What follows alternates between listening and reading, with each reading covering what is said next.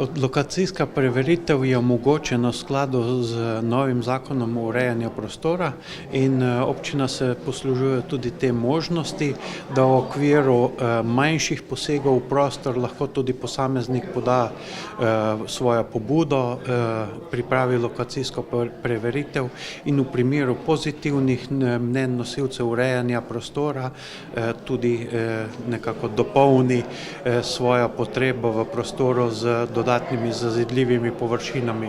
To je ukrep, ki ga predvideva zakon in občina Sevnica tudi temu ukrepu sledi, tako da tudi to prostorsko možnost omogoči. Ti stroški so predlagani strani ministrstva. V občini Sevnica smo se odločili za nekoliko znižanje teh stroškov. Upamo pa tudi, da bodo izvajalci sledili tem nekoliko nižjim stroškom in bodo tudi za take stroške nekako ponudili to lokacijsko preveritev. Verjamem, da bo temu tako.